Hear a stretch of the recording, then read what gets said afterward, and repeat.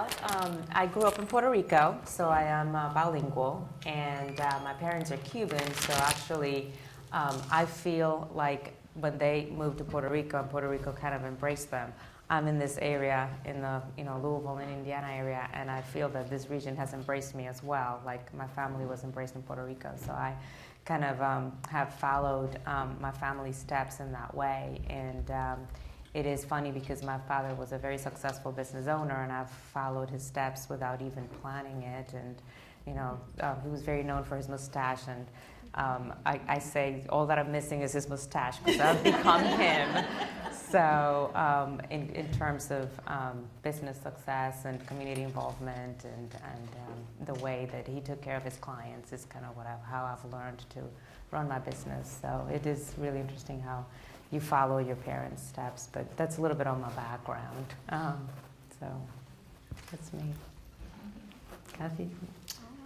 Good morning, everybody. My name is Kathy Scrivner, and it's such a pleasure to be here with you all today. I tell you a little bit about my background. I kind of grew up in human resources, became a corporate trainer, trained for about 18 years. I've probably trained about 12,000 people, taught about 30 different courses.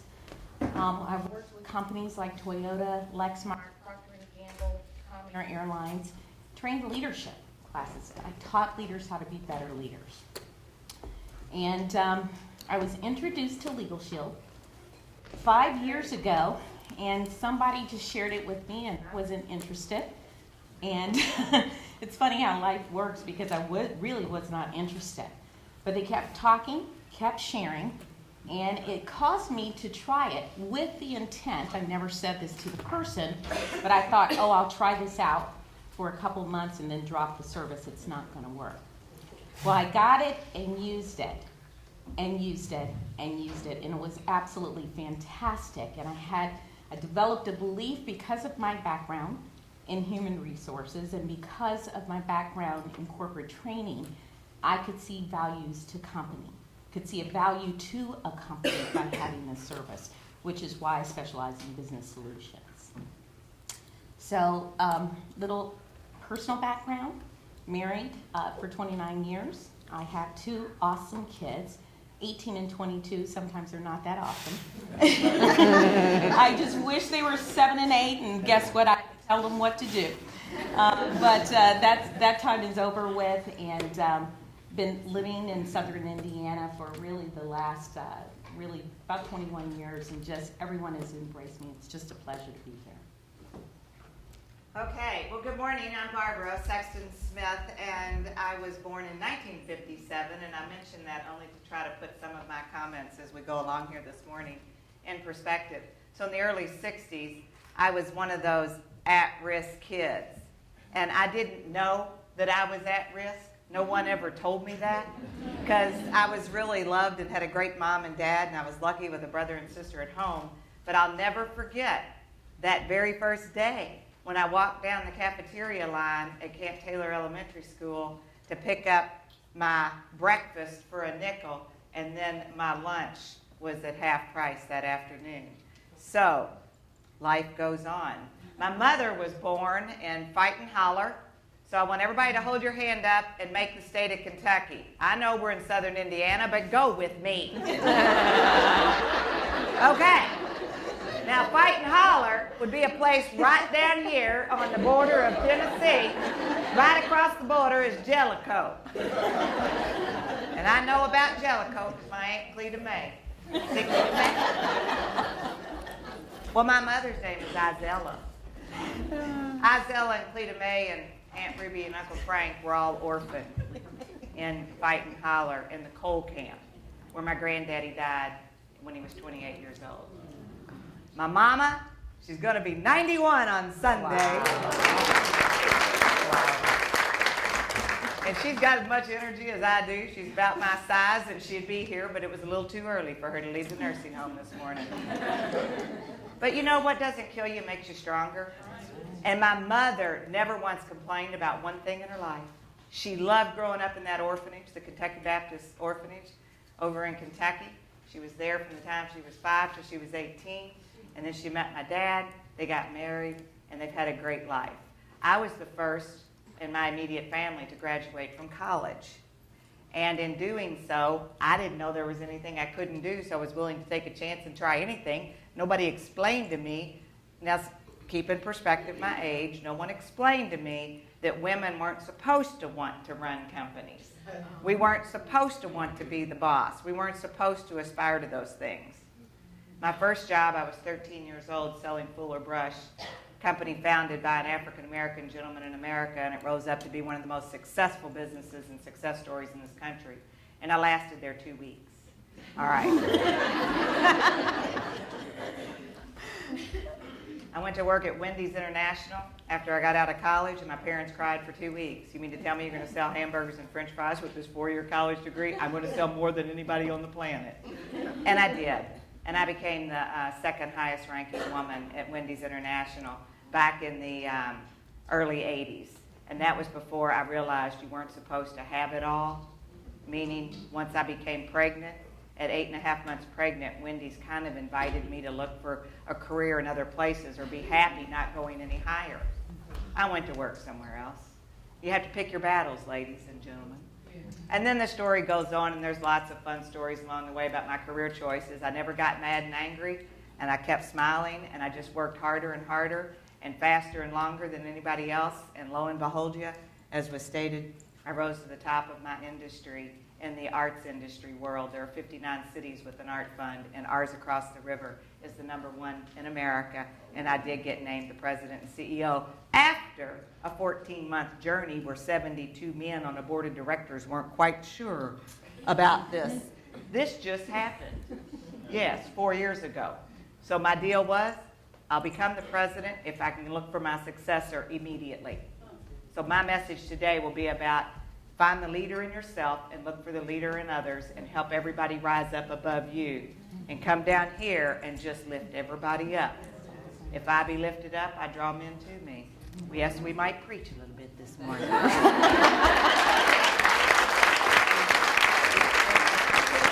I won't say anything else. Thank you, ladies. I want to kind of do a little bit of an exercise. I'm just kind of curious what people are here, what people want to get out of the event today. If anybody wants to just kind of share out there in the audience what exactly you want to get out of today's program. Make sure we kind of tailor that. So. And I've got a gift that we'll give away for anybody that wants to. Young lady, yes. But this is very interesting to me because we came, my girlfriend and I came to support Kathy to surprise her last night. From My Atlanta, name is by the Robin way. Wilson. We came from Atlanta, and we have been tricked. And it's such a wonderful thing that God will do. He brought us into this place, and I can't wait to draw from you. This young lady right here had her shoes out in the middle, and I had to, it stopped me. I had to stop and say, excuse me, because God is redirecting our path today. And so I'm so excited. I'm just like ready. I'm so excited what each of you have for us. And not only, okay, I will go on, but not only that, but make sure you get to know the people you're sitting with, because already I'm just so excited. So, okay, thank you. And breakfast is good too. Yes. Miguel coming around. I first wanted to welcome you to Indiana and Kentucky area, and I think that's great that you're here to support Kathy, and I think that's just one thing that, you know, as women and men, just supporting each other is obviously key in our success. You had a question here? I was going to say what I was hoping to get out of it. I'm new in the area as well. I'm from Ohio, and I started my own company. Matter of fact, I have 2 companies, and it's been a struggle, especially being a female. So I wanted to come out and listen to some other women's struggle and different ways that they approach the situation. And I'm hoping to market so I can continue to be a success in Indiana. I'm here, located in Jeffersonville, Indiana. Congratulations.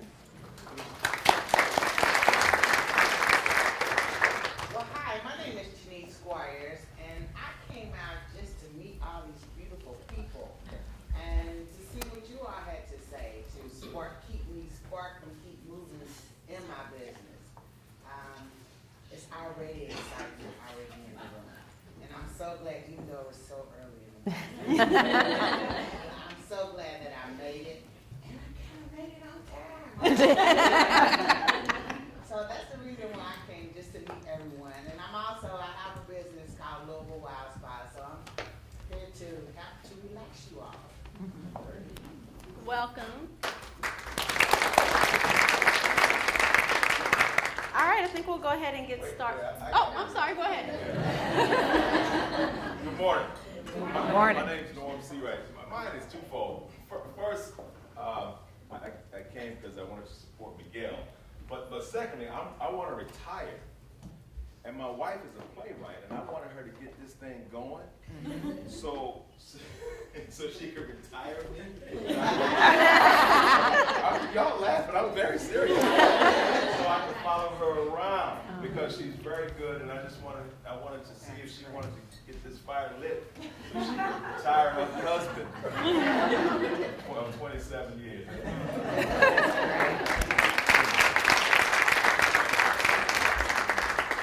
Got one more in the back. My name is Aria Kaluga. I think I'm the youngest of my people. I'm a designer and a young entrepreneur, so sitting here at 21, seeing everyone on stage, just hearing what you guys have to say to push my journey, not to stop, no obstacle. And I'm just so grateful to be here. Thanks, Miguel.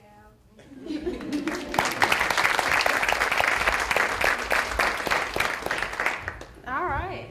I think that was great hearing people are here to be inspired, and the wonderful audience that we have here. We'll go ahead and get started with some of the questions. I'm going to first start with asking you all if you all can talk about what your success habits are, kind of how what does success mean to you, and how you think you've gotten here.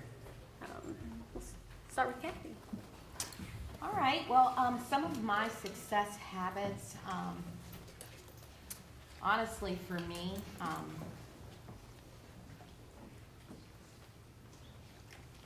success for me as I think about this really is, a habit that I have is really just starting my day with prayer. That's just really the bottom line. I ask the Lord to direct my paths, help me to, who should I talk to, organize my day. I don't know about the rest of you all, but I've got 50 million things going on. And I don't have enough sense to know exactly everything around what needs to happen. So I'm starting my day with prayer. I am very, very much a list maker. I have a calendar that I live by. And that calendar is a guide for me. But I'm also flexible enough to know that things need to change, and I'm pretty much a type A personality, but I also have to have that, be able to have that fluidity to move from one thing to the next thing to the next thing. For me, success really means a peace for me, a joy for me. When I can impact someone's life, for me, it could be just smiling at someone or complimenting someone. That's success for me, because I look at success as a total package. It's not just how much you make. It's not just what position you're in. It's how do you impact other people's lives. And so that's a big deal for me. I have a list because I also write lists like Kathy. I actually didn't want to forget them. So success habits is being a good role model for others, because you cannot expect other people to do what you don't do. So that is part of leadership, but it's part of what success looks like for me. Being positive and surrounding myself around positive people is a success habit. It really keeps people cheery and positive. Being positive is extremely important, but having faith is at the top. I think a lot of times that things kind of fall from my angels from above, and I think that because I believe, and when there's a problem, I always try to focus on what the solution is going to be, and that kind of leads me to the success, and not dwelling into a problem and getting stuck. Exercising on a regular basis is part of my success, because otherwise, if you don't take a little bit of time for yourself to release stress or take care of yourself, you cannot take care of others. And then that leads me to helping others. That to me is success, and it's a success habit, because in giving, it's how you receive that satisfaction, and that is success for me. Also, networking a lot is a success habit. I think it is important to meet new people, make new connections, figuring out who needs help, who needs advice from me. Sometimes it's just a conversation and you've made a difference in someone's life. Also, knowing to delegate to the people that you trust, that is a success habit. And praising your team is a success habit, because if they do a good job, you have to praise and, feed their confidence and tell them you're doing a good job. And also, give not good but great customer service is a success habit, because that extra mile really pays off. And when I define success, it is in the everyday accomplishments, not only mine but my team's, and that accomplishment of a task or a goal being done is success. And you have to measure your big success as everyday little successes.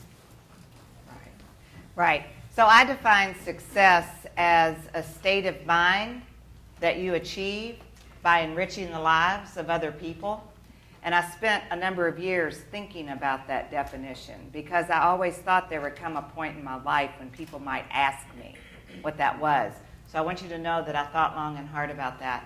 I think you can find out what your own definition of success is if you will take the time to embrace PMS. Yes, gentlemen, it's the greatest thing on the planet, because you see, your PMS is your personal mission statement. So I want to ask the audience a question as we talk about success habits. This is the number one success habit. How many of you, and it's okay if you haven't, but has anyone in this room written down your own personal mission statement? Okay, that is more people on a percentage basis than I've ever seen in an audience. So Miguel, good job, buddy. You got some amazing people here. It all begins with what Socrates told us when you think about success. The two greatest words put together in one sentence, I think, are know thyself. So you have to know who you are. So every day I do what these two ladies do, the same thing. I'm glad to hear this, no surprise. Before my 2 feet hit the floor every morning, habit number one, I say, send me in, coach, I'm ready to go. Because I work for a CEO. It's the same one that you work for. It's our chief expectation officer. He has great expectations. He did not bless us with all these things that we have. And we're all different. And we're all going to go about our success habits differently. So once you give yourself permission to know thyself, and then as Hamlet said, to thine own self be true, thou canst not then, be false to any man. I'd like to say woman who wrote all that. Okay. Hey, wouldn't it be fun to rewrite Shakespeare and put every time it's a male reference we put in a female? Oh, that would be hilarious. Anyway. So with success factors, it is. You have to believe in a higher power, and that becomes your foundation, and that's your solid rock that you always stand on. And I wasn't always like this, you guys. I have a testimony just like everybody in this room has a testimony, and I didn't really believe until I found myself at 11:45 one night, in 1980. I was assistant manager for Wendy's, running Wendy's over in Kentucky, and found myself left for dead in a hostage situation. And my whole life changed that night because I did reach for a higher power to make sure life was given back to me. And those 4 teenagers lying on the floor were given their life as well. And 5 people walked out of that restaurant that night. Amen. And I'm one of them. And it was because of a higher power. So I guess I would say success factors. Let me go real fast, 792 words a minute. There are 5 of them. You have to have the power of 5. First, you start with hope, having only positive expectations. That breeds an attitude of possibility. That gives you the second habit is having self-confidence. Give yourself self-confidence. That's the power working in you to accomplish your part of that greater mission in life. Third, you have to have your PMS, and then an attitude that matters, and a rhythm that rocks. And your rhythm that rocks is the rhythm others can't knock. Is that corny or what? But you gotta. This works for me. And as we go along, I'll share other little corny things that drive me and keep me excited and keep me energized every day. I'm kind of curious if you guys would share any setbacks that you've had as you have come up, just to share with the audience that it's not, I'm sure the journey is not just easy, and it's, so I'll just, if you have any setbacks, and if you don't, that's fine, but. I mean, there's always challenges, and like I said, you have to focus on the solutions. Otherwise, you get stuck in the problem and the issue and the challenge. So one of my biggest business challenges has been growth, because growing a company is hard, and trying to figure out when do I hire, and so I've done it little by little, and been very fortunate to hire the right people for the company. So that has become a success. So, but growth is painful and a challenge. A personal challenge was I actually started the business by myself in a bedroom of my house, and then my husband then helped me with the business. So for about 5-6 years into the business, or 7 years into the business, and he was helping me with the business, we got divorced. So that change actually impacted the business, because he was part of, helping me with the business.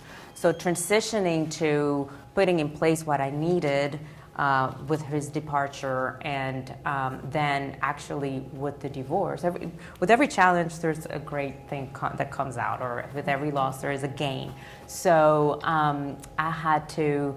I actually focused on my business 400%, and for 6 years now, 7 years, I've been so focused in my business that the success is when it really has risen out of all of that. So, challenges always kind of end up with a success story, I think. So. For me, one of my challenges, personally, I would say, my mom has Parkinson's, and found out she had Parkinson's 18 years ago. Moved her from Atlanta to Indiana, and she actually moved with me. And so it's been a journey for 18 years. Really, it wasn't a setback as much as it's just the part of my life. So managing her health care, managing her 5 doctors, managing every appointment, understanding all 21 medications that she takes. That's part of my life. And it's a blessing because for me, one day, I will hear, "Well done, thy good and faithful servant," because I honored my mom, and I've taken care of her. And I go by to see her every day if I'm in town, because that she's a very important part of my life. Secondly, I said I was in corporate training for 18 years. And so I had mastered, really, corporate training. I mean, it says 10,000 hours and you become a master. And I'm not one of these people. I like comfort. And I really, starting in Legalshield, I had to reinvent myself. And reinventing yourself is very painful. And many a day I ask, why did I do this? Why didn't I just stay in corporate training? Because God had grown me up to be a very effective trainer. And I love training, and I could help leaders connect the dots. And so it was an awesome thing for me, but yet I had a passion and a belief about Legalshield. And I could see the value, how I could impact companies, how I could impact business owners. And I could see the value. That they just needed education. They needed to be educated. And that's what I've been doing for 18 years, educating. So really was an easy transition in terms of helping to communicate. The challenge is reinventing myself in a different way. And a little bit, in some ways, a setback, because I'm a perfectionist. And I don't know if there are any other perfectionists out there. but it literally can drive you crazy if you let it. And so, I'm the type of person, I don't like the journey. I want to get there. I just want to get there. So it has been a journey, and I take 5 steps forward, 2 steps back, 3 steps forward, 6 steps back, and I just keep making that journey to reinvent myself. I believe in what I do passionately enough where I'm willing to take the journey, and I knew it was the right journey because it was going to help me get out of a comfort zone. Sometimes, how many people know that sometimes you just get where you are, you become complacent, you do what you do automatically. You don't have to think about it. You just do it, you do it well, and you're really not challenged. And that's really, I came to a place in my life where I could see not only the value of what Legalshield brought, but I was looking for a challenge. And sometimes I ask myself, why did I take that challenge? I should have just stayed where I was.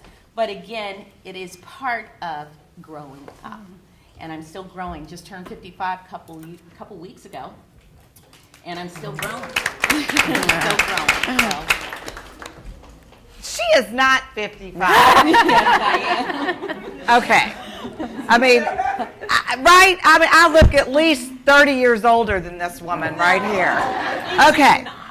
All right. Well, this is so exciting for me to listen to you all, and thank you all for sharing these 2 fabulous women with me. I'm learning so much. As I think about setbacks, I like to call setbacks setbacks or setups in disguise.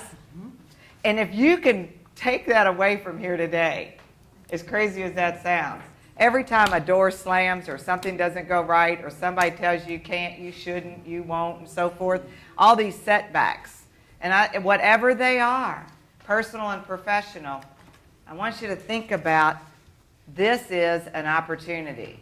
Because when you get complacent, oh, trust me, he's coming. He's coming. He didn't put any one of us on this earth to leave it better than we found it by being happy and complacent. So what I say when you get this calling or this urge or this pull to do something that you think, why in the world am I doing this? One little lesson I had to teach myself was, Barbara Ann, do not play Jeopardy with Jesus. Now some of you just got that immediately, and other people look at me and go, I haven't ever seen Jesus on Jeopardy. Yeah. When a statement is made to go, my child, do Legalshield, you don't say, why me, why now, why not him, why not her, why not somebody else? You just go, and you go with that blind faith and let it take you, and don't bristle against it. So setbacks are setups in disguise. So have I had any? Oh, yes, I have. And I've gotten now to where I love them. Because if you get used to them and you have enough successes coming out of the setbacks, you start wondering, when am I going to get another one? Because adversity is a good thing. Say that with me. Adversity is a good thing. This is so much fun. So, I'll give you just a couple real quick setbacks to put it in perspective. I already mentioned the one about being at Wendy's International, working there, and then became with Child, and they had a different plan. And so I just went somewhere else to work. But then somewhere else I went to work, you all, I went to work for the Fresher Cooker as the national franchise director and built restaurants in 7 different states, and everything was going great. And I was like 26 and a half years old, had a big company car and an expense account and traveling. It was awesome, and I loved it. And then we went bankrupt, and I went personally bankrupt because I believed so much in what we were doing that I worked the last several months with no compensation because I just knew we were going to make it. But when we didn't make it, I had 0 money in the bank, I had a 2-year-old, and my fabulous husband at the time, to whom I am not married any longer. He took a job, the only job he could find.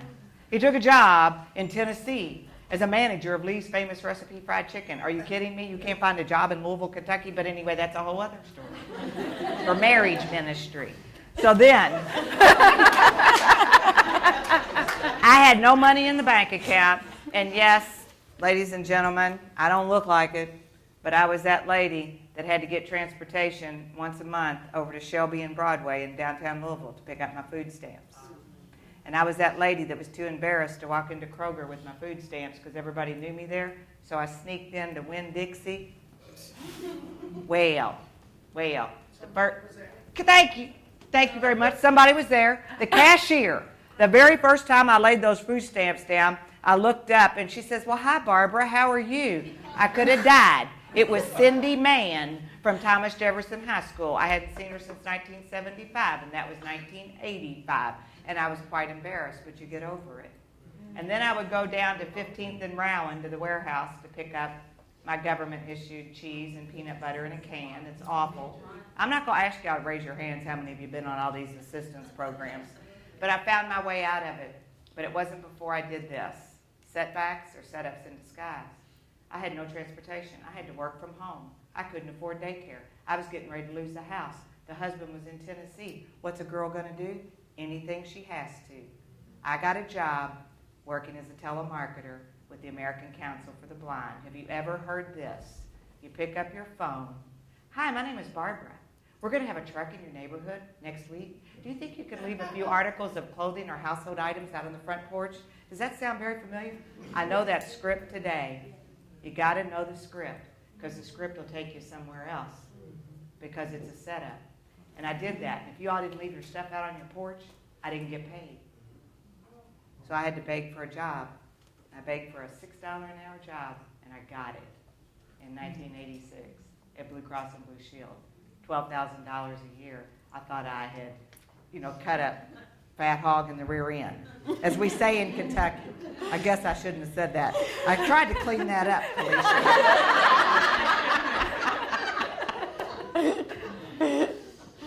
Adversity. I'm looking for it at every corner. Embrace it. I'm curious if you all have had mentors as you came up, and if you did, what got you to the point to get a mentor? Did somebody tell you should have a mentor? Did you just say in your head, I need to find a mentor? How did you go about finding them, and how did they help you? And are you a mentor now? Both, yes, absolutely. I am where I am today because of mentors. I was in the 8th grade when I submitted a poster for a competition that included the high school students, and it was for the musical at the school, Fiddler on the Roof, and my poster won, and I was only in the 8th grade. That moment, my art teacher became my most significant mentor that I still thank today.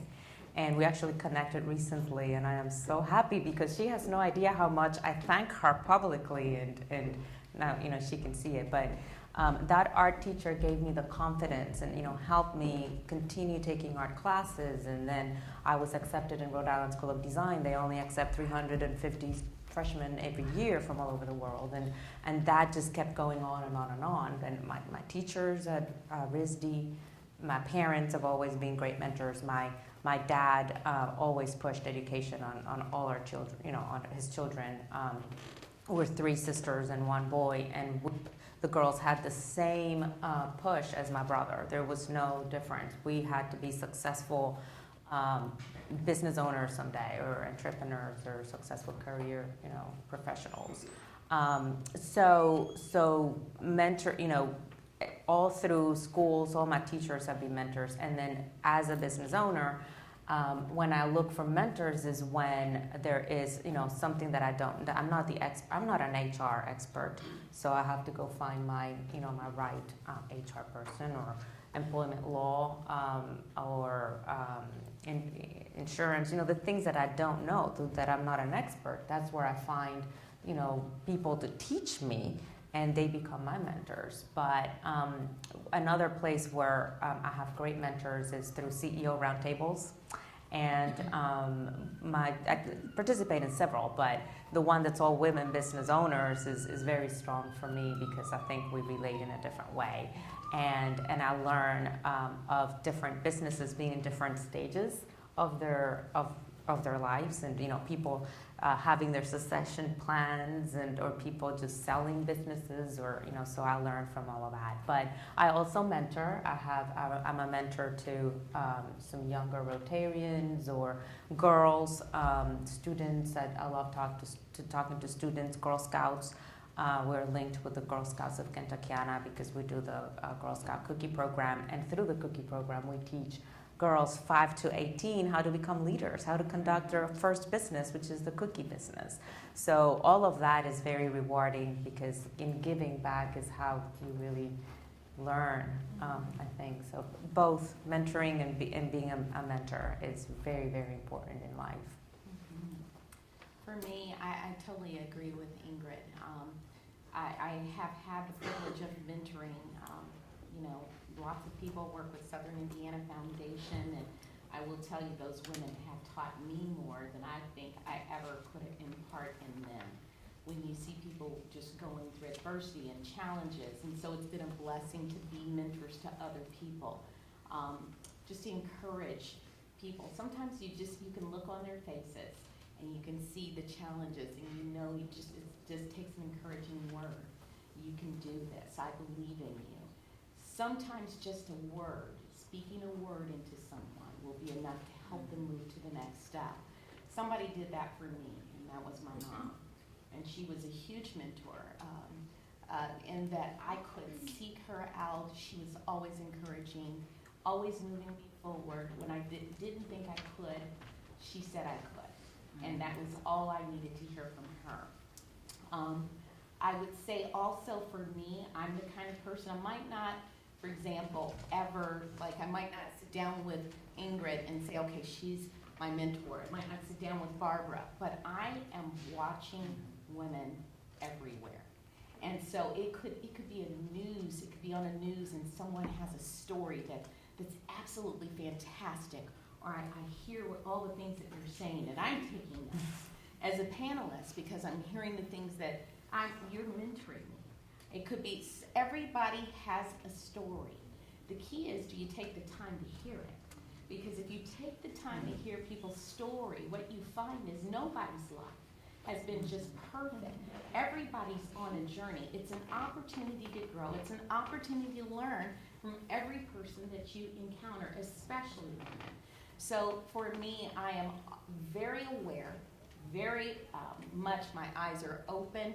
I love to have conversations and get to know the real person. And for me, that presents opportunities for me to be mentored every day of my life. Wow, okay, yes. And thank you for that mentorship right there. Appreciate that. What did you say? Do you take the time to hear it? Is that what you said? Exactly. I think that is really powerful, because we get so busy with ourselves. We get so consumed with our own little selves. Every one of us, we have these itty-bitty stories about our itty-bitty lives. And I'm not trying to discount or diminish anything anyone in this room has been through. But as Kathy just said, everybody's been through a lot of things. And my husband says it this way. He'll say, Barbara, if you think that woman or that man looks like they have it all and nothing bad has ever happened to them, you just don't know them well enough. You have not taken the time to find out, to hear their story. And I think that's why we're here. If you wanted to define the human existence, to answer this question about mentorship, do you have any mentors and do you mentor other people? I think it could all be summed up in the thousands and thousands of years. We are here to tell each other stories. And depending on what your faith is, you have a story you tell. I happen to like the one that we call the greatest story ever told. All right? And then we each are fortunate enough to have our very own second greatest story to ever tell. It's your story. And you'll have a story when you let those mentors come in.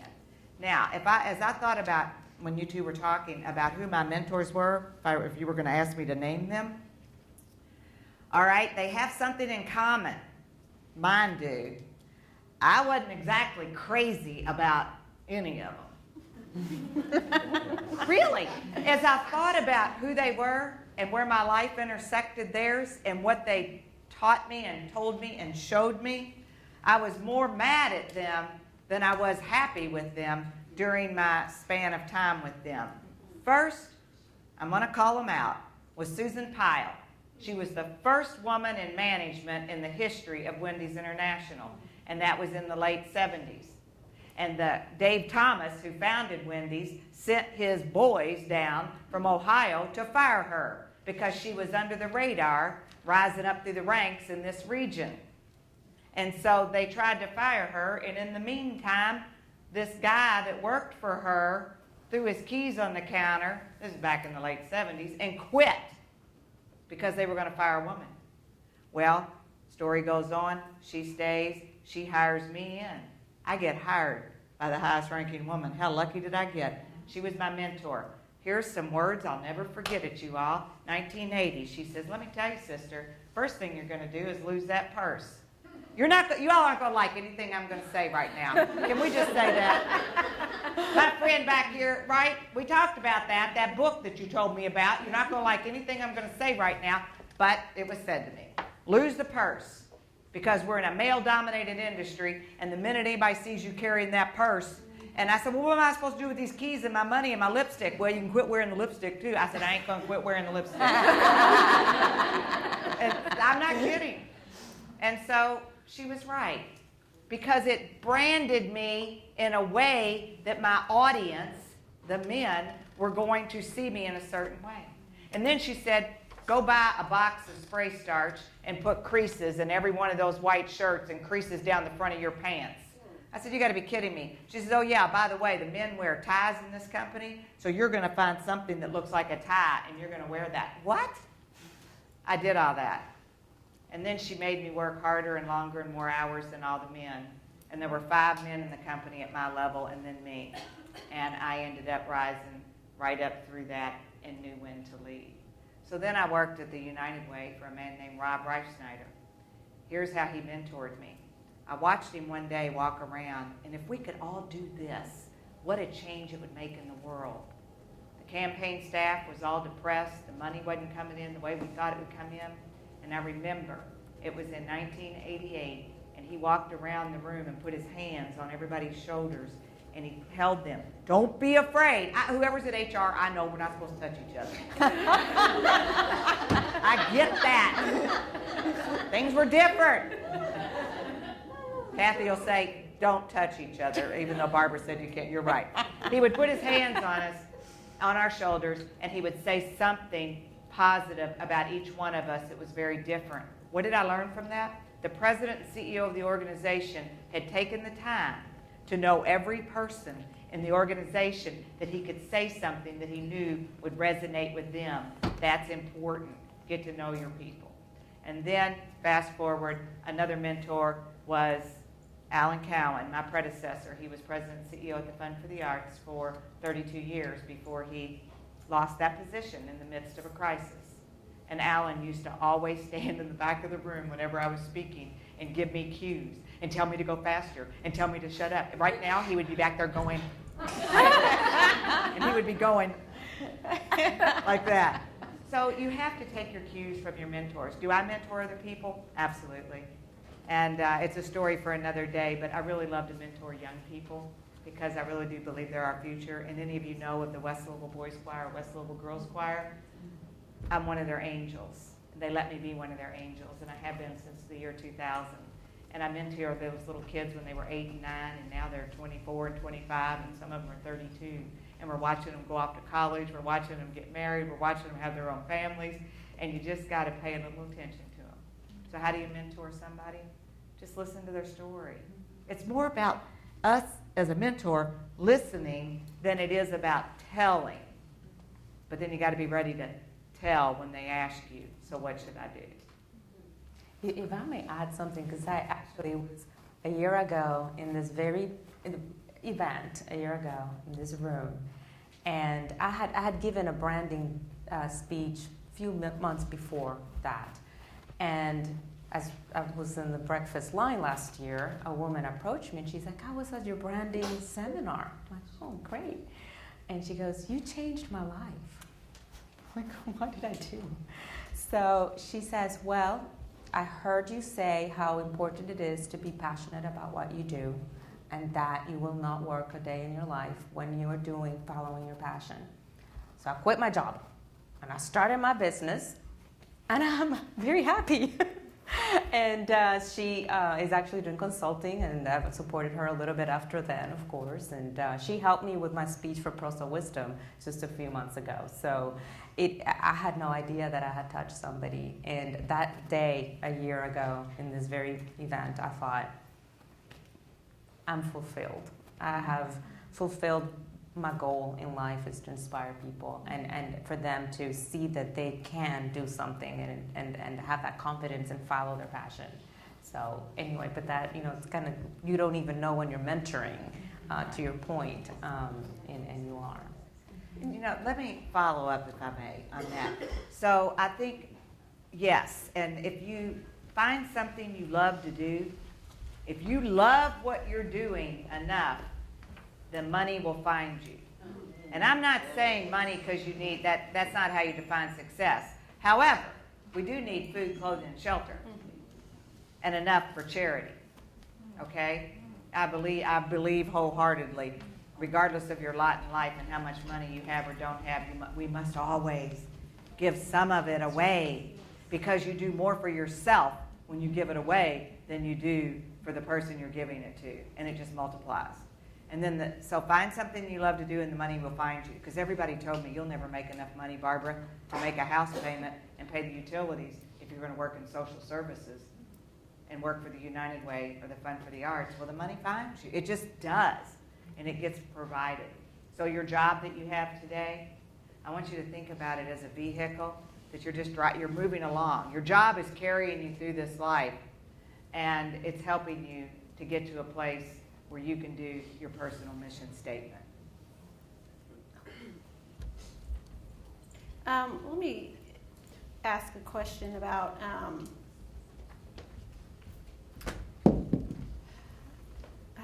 I had a direction I was going, and Miguel threw me off. How do you have how do you have the confidence to have a voice in your roles, or even as you were coming up? Barbara, you and I had a conversation the other day, and you shared with me something that you went through with one of your jobs, and how you stood up for yourself in terms of making a decision. And I'm just kind of curious if you guys would like to share, how do you have the confidence to have a voice to make sure you get what you need? For me, I think it's important to know who you are, be grounded, and understand exactly what you need and be able to communicate that. I think so many times people get frustrated because their husband, their coworker, their boss, their whomever it may be, doesn't meet their needs, and they've not communicated exactly what they need. And so I believe I'm the kind of person who just likes to sit down and say, can we talk? I think how you serve up anything is how you serve up everything. I think it's very important that you always sit down with people with a level of respect, and your goal is to understand from their perspective, and also to share from your perspective what you need. So if I sat down with the boss and said, hey, here's what I'd like to talk to you about. From your perspective, I might be seeing things differently or whatever, but here's what I need. And I want to know, is that something that's doable for you? Here's how I work best when I have this. Or I feel like I can succeed more if I've communicated in this way. So I think the foundation of having a voice, number one, is understand what you need. Number two, don't be afraid to have a conversation. Number three, make sure you serve it up in a way where it's palatable to other people. Because if you shut people down or make them defensive, you never get what you need. And my goal is just to, again, help them see my perspective and also understand theirs as well. So that's how I approach it. Well, I mean, I want to take notes on what you're saying, because a lot of times I think it's a generalization, but I think women don't have the confidence to voice things. And so to build that confidence, it's very important, and it has to start with our children. One of the Girl Scouts mottos is, to build girls with confidence, courage, and character. And it starts with that confidence, to be daring to say, this is what I want, this is what I need. So when I think of myself when I was a child, I was even afraid to raise my hand to go to the bathroom in the classroom. I was very shy. And to get to that confidence of being able to voice your needs, it takes a lot of time, and it takes a lot of courage, really, in telling yourself, I can do this. So it's building the confidence, because otherwise you can't have the voice. And just to piggyback on what Ingrid is saying, we've been enculturated, many times women have. Not every woman falls into this category, but we've really been enculturated. In other words, we've been raised up to be very easygoing. We've been raised up to kind of take a back seat. We've been raised up not to vocalize, any concerns. It's just the way it is. That's a lot of times too. You see women who have, obviously there's a huge pay gap. A lot of times there's not a lot of consideration for women in terms of promotional opportunities, and they kind of sit back waiting for it to happen. Where men are aggressive, then there's almost applause. Hey, that person, they're aggressive. If women tried that same thing, they would be considered a B word. So it's almost interesting in terms of the dynamics, within especially corporate America, where you really have to walk a fine line in terms of how you are being seen. How do you still stand up for yourself, have the confidence, understand how you've been raised, whether it could be personality, but understand that we've been enculturated. Society says women really don't have as much as a voice, and we have to be intentional about having that voice. How do we be intentional? We have to be strategic, and we have to understand that if I don't communicate, I will not get what I need. Okay, self-confidence and having that voice is obviously, I think, very key. It may be the key to everything. And it is difficult, as I don't have an ABCs and a 1, 2, 3, how to get that.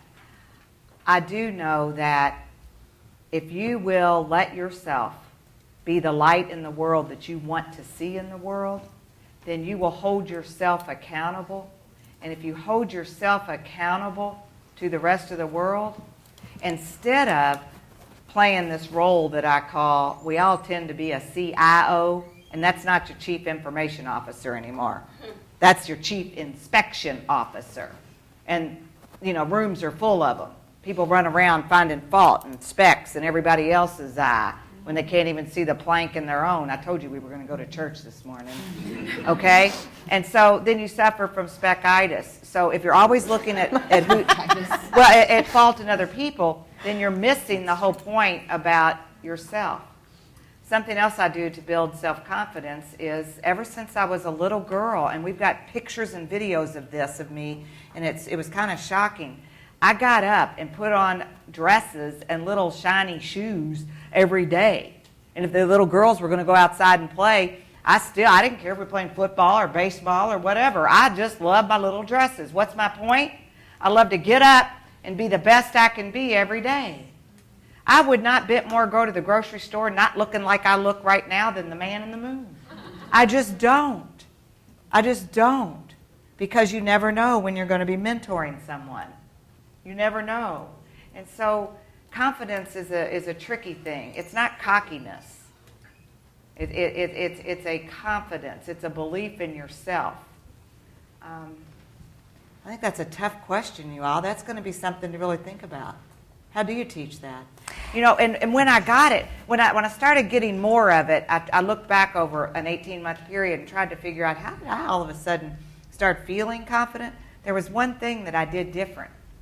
I read a book a month. Every leader must be a reader. Every woman, every man in this room is a leader. And if you want people to follow you, you have to read. Every reader is not a leader. It's a subtle difference. Make sure it's called readership. And so I want you to be reading. Now, I would love for you all to read books on self-development. I'd love for you to read books on leadership. I'd love for you to read some books on management and leadership, know the difference. And if you read 12 of those in the next 12 months, oh my gosh, you know, we'll have 12 couches up here because everybody in the room will be on it. You know why? Very few people are reading a book cover to cover. How many of y'all have read a book in the last year? See? Women are awesome. Men too. We love y'all.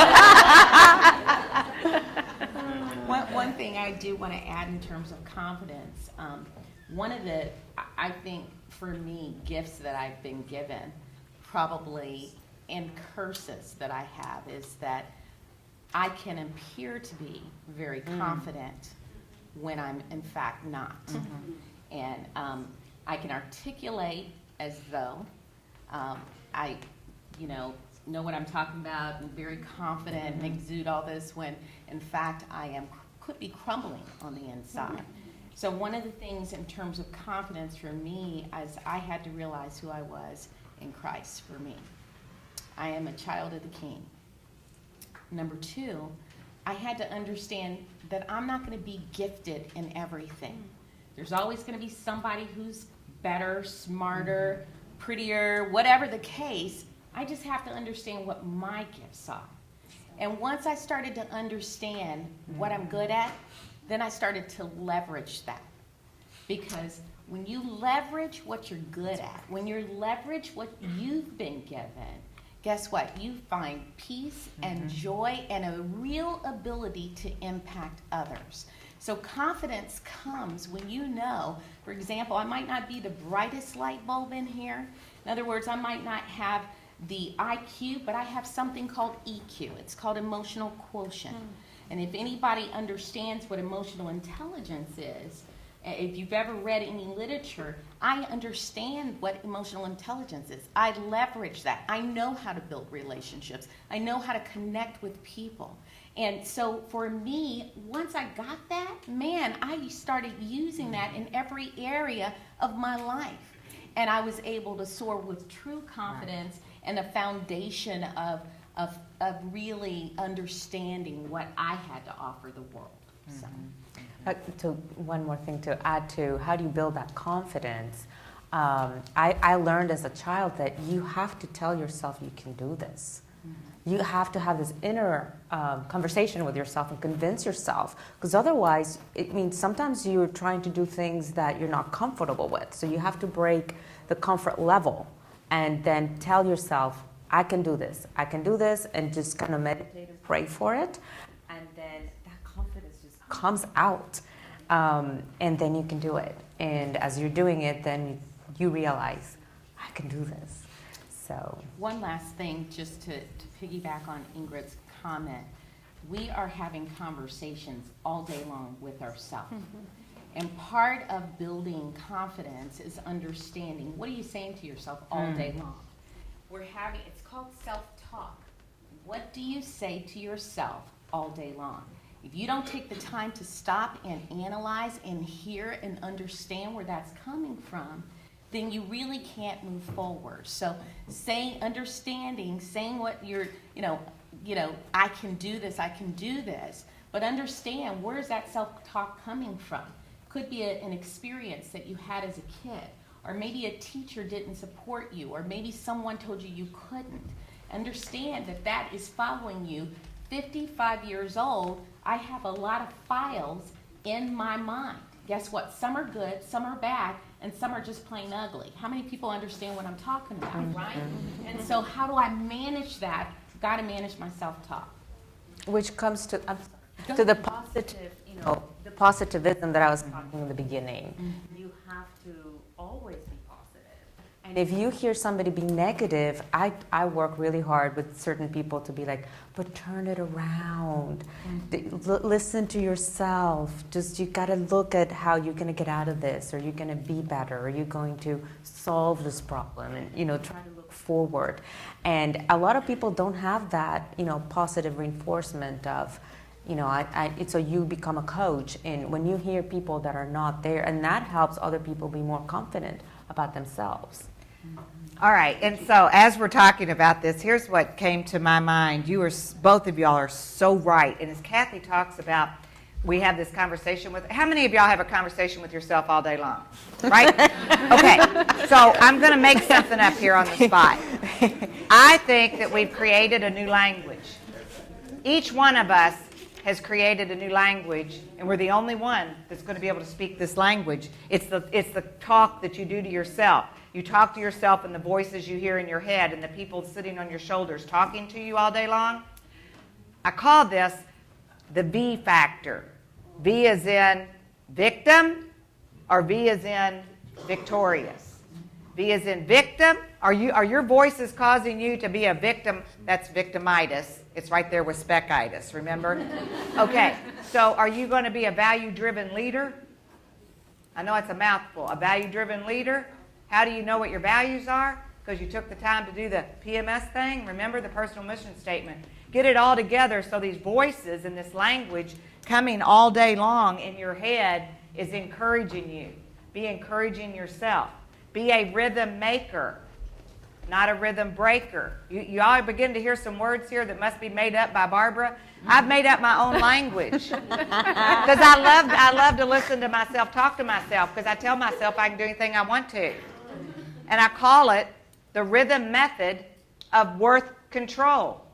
Apologies to all my Catholic friends in the audience. I did not say rhythm method of birth control. I said rhythm method of worth control. This poor woman on the front table, her mouth is dropped open. Okay. But you determine your self-worth by the rhythm you use and the rhythm you choose every day. So what are you worth? You're worth whatever you think you are. You're worth whatever you tell yourself you are. Do not, oh my goodness, if I don't say anything else today, do not give one person on this planet the power to define your worth.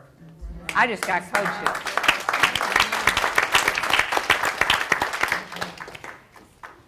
That's powerful. I've got a question came from the audience. Kathy, someone asked, would you explain what Legalshield is? Yeah. Sure. Legalshield is the largest legal entity in the country. And so we have about 7,000 attorneys up under the umbrella. They're in every state plus 4 provinces of Canada. And what it does is it allows you to have unlimited access to top-notch attorneys without worrying about high hourly costs. So $250 an hour, you're not going to seek an attorney. But when you're paying less than $20 a month and you have unlimited access, I'll give you an example. I called my law firm 14 times last year. Not because I was in trouble, but because I could. I've got an aging mom, and I needed some help. We just refinanced our house, and I wanted them to take a look at a document. Just all kinds of life happens, and you just want answers. You have questions. I had an issue with Best Buy. AT&T overcharged me. Those are the issues that I go to Legalshield, and I'm proactive rather than reactive, and I'm not living my life in a defensive way. So I could see the value. To people, they just didn't know it was out there, so I'm constantly educating. The other thing is we have the most comprehensive identity theft protection in the country. Nobody can touch us. And so we have a $5 million service guarantee that says we'll do whatever it takes for as long as it takes, and there is no other company that does the things that we can do in terms of solutions. So can't stop identity theft, there's no silver bullet.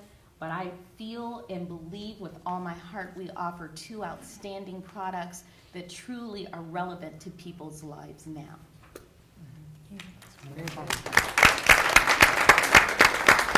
I'm going to actually give away a door prize, but in the meantime, I think there's paper on the table if anybody wants to write questions down, and then we'll also open it up if anybody wants to stand up and ask a question. But let me read off a number for a door prize.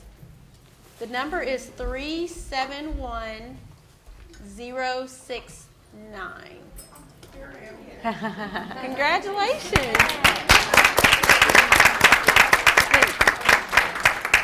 Give her one of the spa packages. Or Ah. yeah. All right, I have another question on here while you guys are getting your questions together.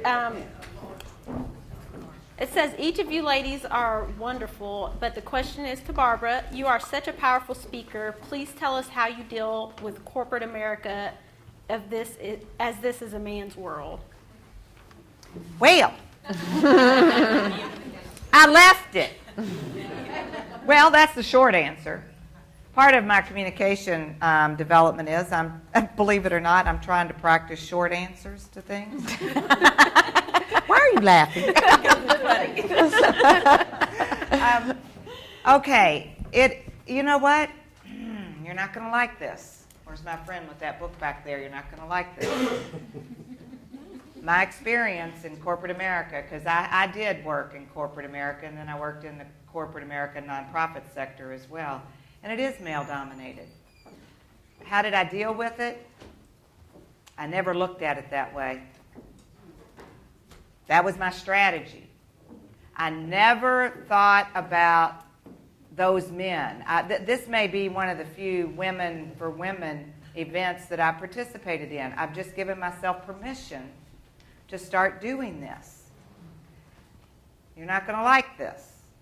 When I was in the male-dominated world, had I been promoted and seen on TV or radio or in the newspaper and highlighted as a woman promoting women, women empowering women, women for women, I think that might not have resonated well with all the men. I didn't sell y'all out. Don't take it that way. I thought I had to keep going, and I had to get through the glass ceiling. Anybody in here not know what the glass ceiling is? Because I met a young woman 2 weeks ago in her early 20s. Ladies, I got great news for you. She had never heard the term. Is that not a great thing? Yeah. And her name is Laura Buckingham, and she owns Bread and Breakfast, who catered our breakfast this morning. All right? She had never heard that term, the glass ceiling. So how did I deal with corporate America, this male-dominated world? I knew I just had to break through it. I had to get the C-suite. I had to get the big office. I had to get all the benefits, and I had to get it and own it and then turn it over as fast as I could to a young woman. And I was in a position that I couldn't guarantee that 72-member board of directors was going to hire this young woman with 3 little children to take my job, because they thought that only a man could have my job. They weren't real sure I could do it, even though I'd done it my whole life. I raised $220 million, you all, $1 at a time for nonprofits. I think I know how to do this. So I never got it a man-woman thing. I just got up every day. I never was mad at the men. I never was only about the women. I was about God's people. And he created us all the same. So I tried to treat them all the same. I took my knocks. I didn't complain about them. I just found another way to go around. And I didn't get anything with my femininity or my masculinity. I found out who I was. And that's the road that I walk. To thine own self be true. You're awesome. You're awesome. Look in the mirrors. Go in the bathroom. Look in the mirror and tell yourself you're awesome. Because you are awesome. You don't have to be anybody else. It ain't going to be easy. We're still what? Are we 50%? Is 50% of the working population female? Yep. 51% of the working population is female. We're trying to get by the year 2020, 20% of the corporate boards in America to be female membership. Whew, we're a long way from that. But that doesn't mean we're going to stop. We're never going to stop. We're never going to stop. Can I just add to what Barbara said? Because as a corporate trainer going into companies, that's part of the conversation. Taught a lot of diversity classes as well. And I love what you've said. Just get up, do what you do. You just work, you just keep on pushing through. And I also know that there is still, in corporate America, it's 2015, unfortunately, there are still glass ceilings. Unfortunately, it is still a man's world, but things are getting better. Unfortunately, though, still, women earn 79 cents to every dollar that a man earns. You heard Jennifer Lawrence, who is an actress making millions, still seeing the disparity. And it's not just as an actress, but in every occupation just about you see that disparity. I would also say that, you know, that the challenge, even for me as a corporate trainer, walking in, teaching leaders how to be leaders, how many times have I been the only woman in the class? I'm talking to an all-male audience. We're talking about gender issues and challenges. So I think there is an acknowledgement and an understanding, and sometimes there still is the boys' club, and that's just the reality. Right. It is the reality of the situation. But I love what Barbara said in that she knows who she is. She knows who she is, she knows her gifts, and she's going to keep moving through, plowing forward, confident in what she has to offer, and just, you know, moving forward, and I love that. So I think there's an acknowledgement and understanding of reality, and then there has to be a confidence in who you are. Don't let it stop you. You just keep on rocking. Do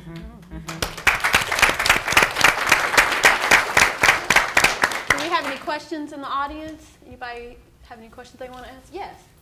Hi, I'm Erin Scrivner. That's my mom. I think my question is, what will you all tell your 21, 22-year-old self? Because, of course, right now, everybody wants to seem like they have it all together. You know, you graduate from school, you're trying to make, you know, move to the next stage of your life. And, like, you know, my mom said, I could put on the front to you and feel like, okay, I've got it all together. But I really want to have it together, you know what I'm saying? So that's really my goal right now, and I want to know how to effectively do that and really just have my inside together as well as the outer. Okay, I just got to say, you don't have to have it all together. You know, and I know what she's thinking. I can't believe that lady just said that to me. Mom, right? That's absolutely Okay. true. I think that's a myth that we tell ourselves. We say we have to have it all together. I mean, I did it. I thought it. I mean, I was right where you were when I was your age. Okay, I wasn't as beautiful as you, but I was right where you are. And, you know, you don't have to have it all together, but keep working on it. My mother, I told you, is going to be 91 on Sunday. My mama doesn't have it all together. She's still working on it. You know, people look at me and they think, oh, my gosh, you have it all. Well, no, I just feel very blessed and happy. So what would I say to a young 20, did you say a 21 or 20-something year old? I will say what I say when I get young people come to me and ask for career advice. And I say this whole world, regardless of your occupation, your education, or your industry that you want to work in, you're going to have to learn about human nature, because that's what it's all about. It's about people connecting to people and how they do that. And I have 3 ways that I think it's really powerful. If you choose to work in banking, work at the front window. Or choose to work in retail. If you can survive retail, you can survive anything. I chose fast food because I'm hands-on. And I wanted to be the manager, but required to put the hamburgers 256 different ways. I could still do it right now today. I'm still a better grill operator than anybody that ever worked at Wendy's. I challenge them. And I say, do that for 3 years. You got to pay those dues for 3 years. I told my own daughter that. Get that first job out of college and do that for 3 years and learn everything you can learn. And you're going to not like it. You're going to have bad days. You're going to be asked to do things you don't want to do. You're going to be asked to do things you think that are beneath you. You're going to be given other duties as assigned. You're not going to get paid for it. Love it, love it, love it, love it, love it. Because everybody else doesn't. I have a question. Yeah. When you go home in the evening, do you scream when you get in your car? Or do you scream after you get home? I've only screamed I'm once. so exhausted when I get home. I think I did that once in my life. Rolled down the windows of the car and screamed because I was stressed. Once in my lifetime. Sorry. Go ahead. For me, and I'm going to kind of talk to both your question and yours. One of the things I was going to say, and I wanted to just say, piggyback off of what Barbara said, nobody has it all together. Nobody has it all. period. Right. There are days when, here's what I believe, and for me, there are days when I have to focus more on and put my energy in my mom as a daughter. There's days when I have to focus on my marriage to make it. I mean, people know marriage is hard, right? There are days when I have to really mother and guide and help my kids. It's hard to have everything at the same time, okay? So understand, none of us are perfect. None of us have arrived. Right. This is called the journey of life, period. Okay? And there are going to be good days and there are going to be bad days. There are days when I feel like screaming, but there's something that, and I was just telling my girlfriends about this last night, I have what's called a gratitude journal. Mm-hmm. And I am very intentional about thinking about, even when I've had a horrific day, what went right? What went right that I can be thankful for? And I don't care if it's just the sun coming up or the fact that I took a breath just now. That's something that helps me keep, I think, my balance. Because there are so many curves and ups and downs and hills, valleys, and mountains around life. And guess what? I just got to navigate through all of that.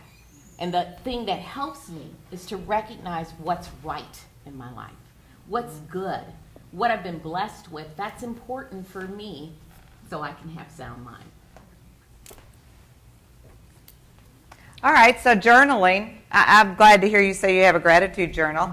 Oh my gosh, I wrote down every horrible thing that ever happened to me. I mean, I was the world's greatest journaler. I mean, it was all this screaming and yelling I wasn't coming out of my mouth, it was coming out of my pen.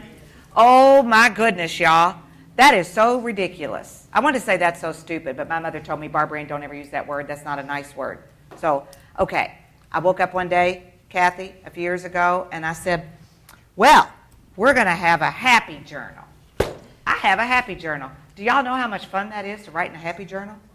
And make yourself write in a happy journal. Write down happy things. There's something happy every day if you tell yourself there is. Remember, you have your own language. You get to make up whatever words you want. You get to tell whatever stories you want. So make your itty-bitty story about your itty-bitty life something really fabulous. I'm going to give away another gift. Actually, it's a really big one from Colloquial. I think it's a party package, spa package. The number is 371093. Yay.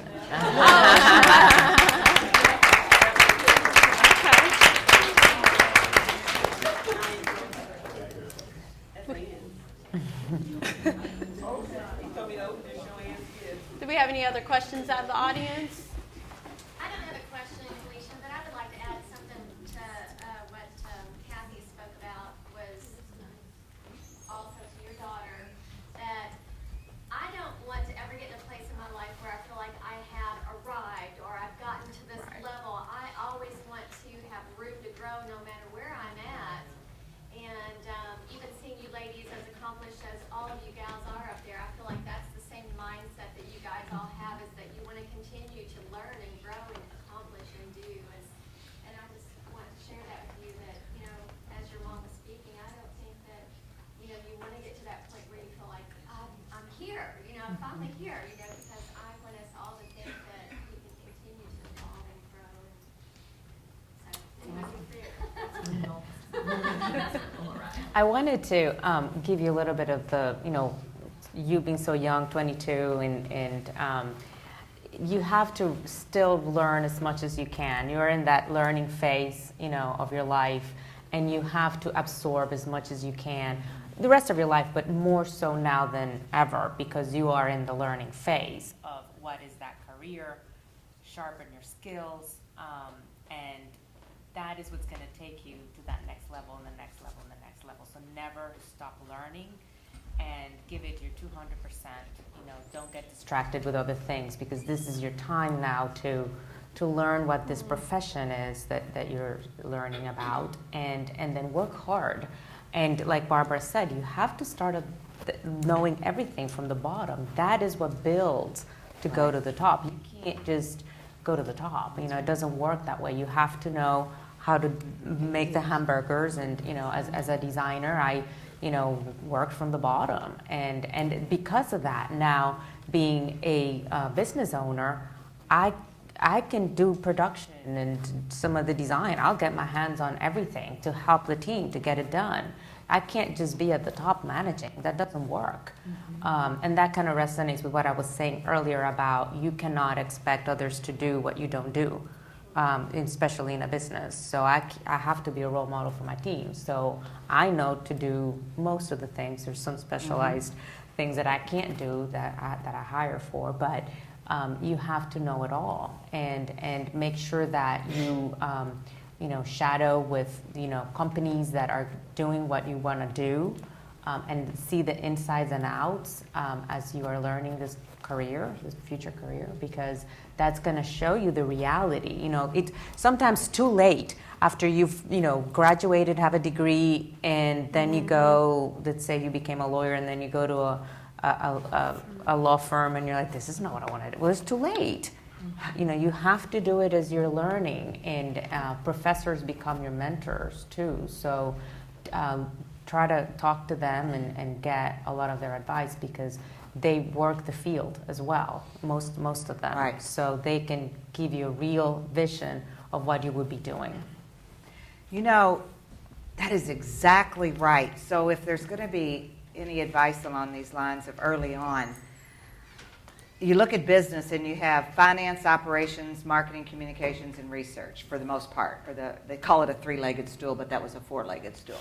All right, so my advice would be get in operations, because if you're in the operating part of any business or industry, then you are in a situation where you've got to learn how to do everything. So if you want to rise through an organization, I always asked my assistant managers and co-managers and managers as I was rising up through the restaurant industry, they always wanted to get promoted before their time. And I would say, walk in those shoes and get comfortable in the shoes of the next level. And so when you are promoted, it's just seamless and you're there. And it's not this huge learning curve. And the other thing is, Kathy talked about the emotional quotient. So we haven't given them any books to read yet here. A couple of really great books on the role of emotional intelligence that Kathy was talking about was written by Daniel Goleman, Goleman. He is the guru of emotional intelligence. Read his book, Emotional Intelligence, or read his book, Primal Leadership, which is the role of emotional intelligence in leadership. And it all rests on, if there's a seesaw and a fulcrum, it all rests on empathy. How empathic are you? Are you an empathic person? Can you feel what other people feel? Can you really put yourself in their shoes? And then you're coming over here and you're doing everything that Ingrid said. You're learning every job coming up. Oh my goodness, don't ever let an employee that works for you hold you hostage. That's a Barbara-ism. Do not let an employee hold you hostage. What does that mean? Don't get yourself in a situation where your business will be drastically reduced if you lose one person.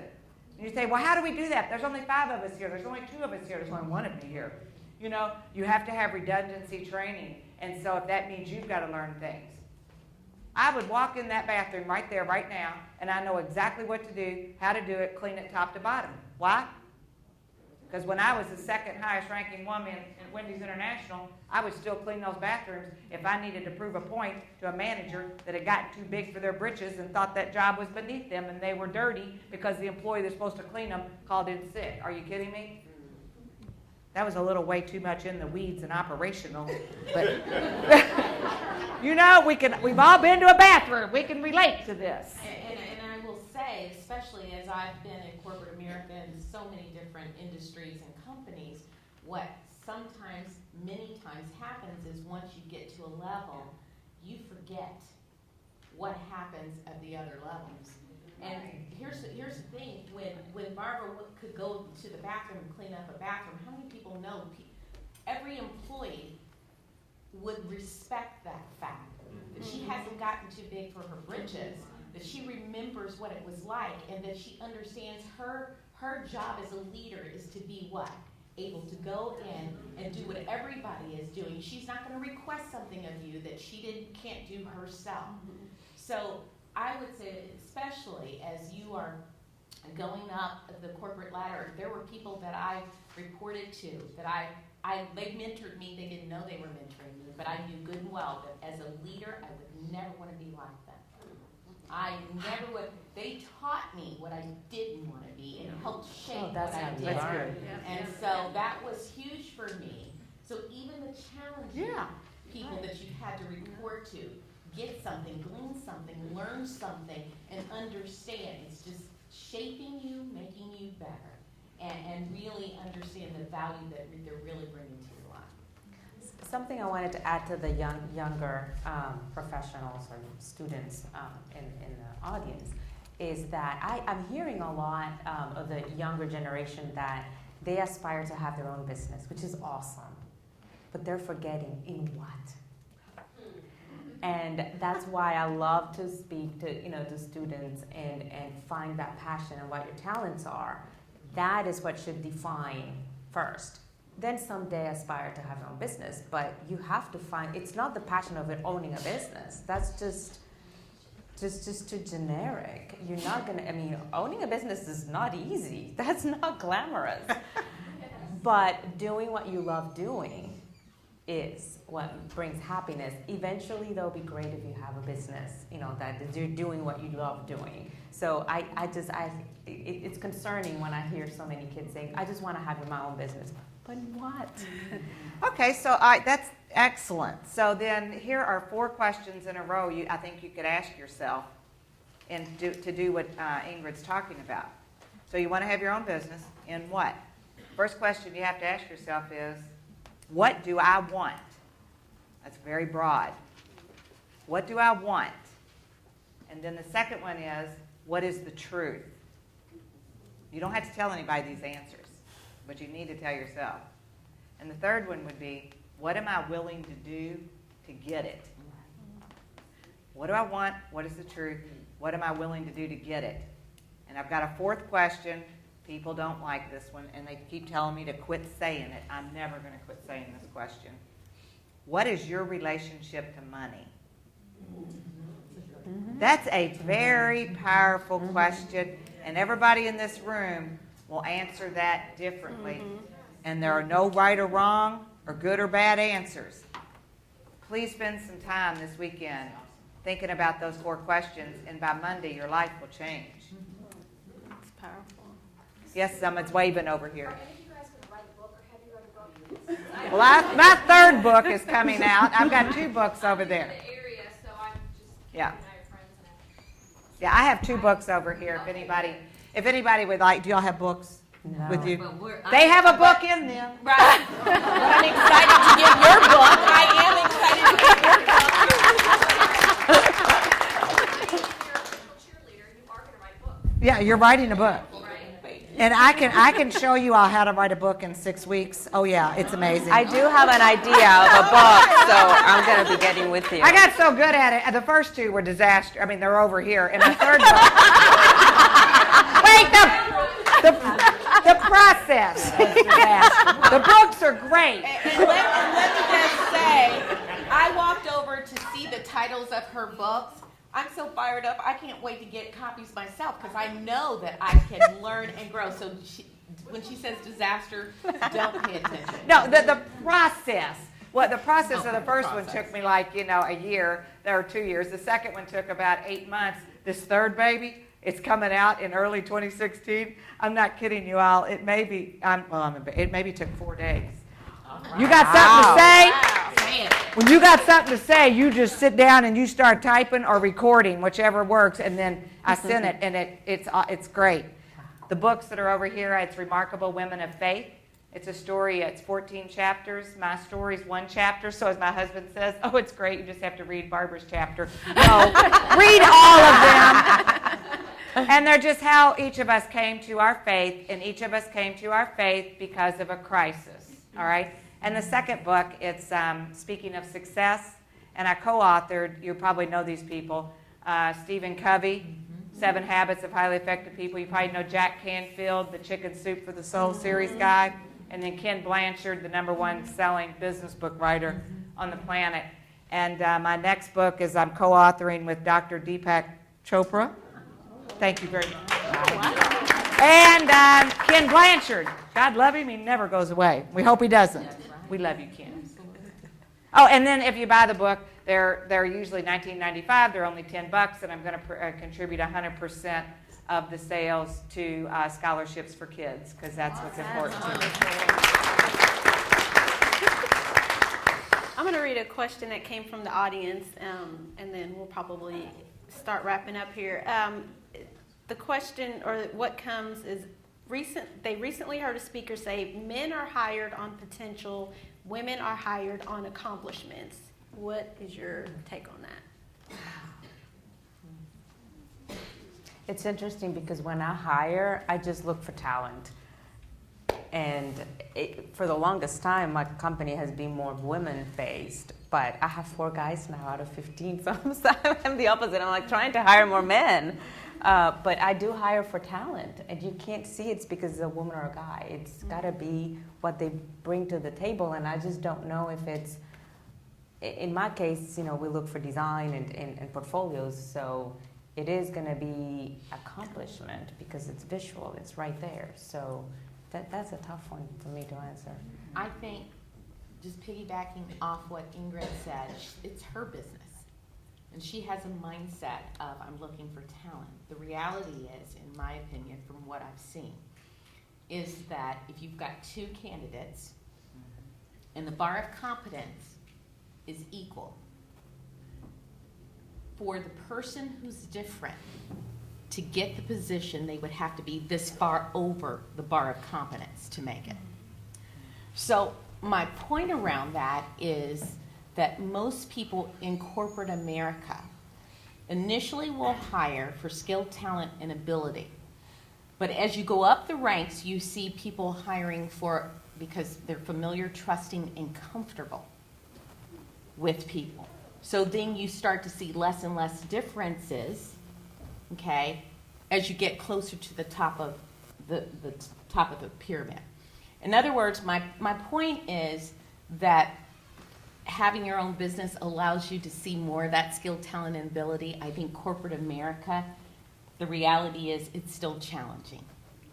And I challenge all leaders when I'm in class. Nothing wrong with hiring based on familiarity, trust, and comfort. The key is to get to know everyone. Be familiar, trusting, and comfortable with everyone. Mm-hmm. So if this is my team, I want to get to know you, because then ultimately I can get to the skill, talent, and ability. Right. I think that people try to hire, they look for people who are qualified, interested, and priced right, generally speaking, but then the chemistry, the culture, the attitude. I know so many companies, and you all, it's shocking. I mean, big companies that are looking for happy people. Yeah. You talk to executive vice president of HR of a company with thousands of employees, and you say, what are the main competencies that you're looking for and so forth? When it gets that big, we want happy people. Wow. And we want people who can get along with people. Mm-hmm. And we don't need the Lone Ranger. Even though the Lone Ranger might be able to grow our business, 20-fold, but it doesn't do any good to grow a business 20-fold if you don't take everybody with you. There's another book to read. Taking People With You. TPWY, Taking People With You. It was written by David Novak, the president and CEO of Yum Brands. David retired this last year, and it's a phenomenal book for everybody, any age, for-profit, not-for-profit. It's a red book if you get to the bookstore looking for it. I was one of the few people that David selected to spend 3 evenings listening to him for 4 hours. It was incredible. Talk about how you're going to be successful. It's going to be by taking people with you and then lifting those people up. And you know what word we haven't used today, or phrase we haven't used, and I know we all live by it, I can tell. How many of you have heard the word servant leader, servant leadership? Okay, maybe let's don't get too complacent. Let's don't take that for granted. Maybe we took it for granted here a little bit. Study the servant leader model, and if you can learn to know it's not about you, it's never about you, it's always about everybody else around you. That's exactly. And you lead with your head and your heart and your hand, all in alignment.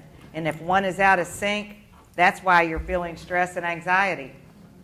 You know, what are your personal values? Oh my gosh. Okay, if your personal values are different from how you're spending your 24 hours, you're feeling stress. Why am I so stressful? Why am I so anxious? Why are things not going my way? Well, spend this weekend and write down what are my top 5 values. What are they? Everybody's are different. And then write down a time log. What did I do with my time last week? I guarantee you these weren't in line. We call that alignment, attunement.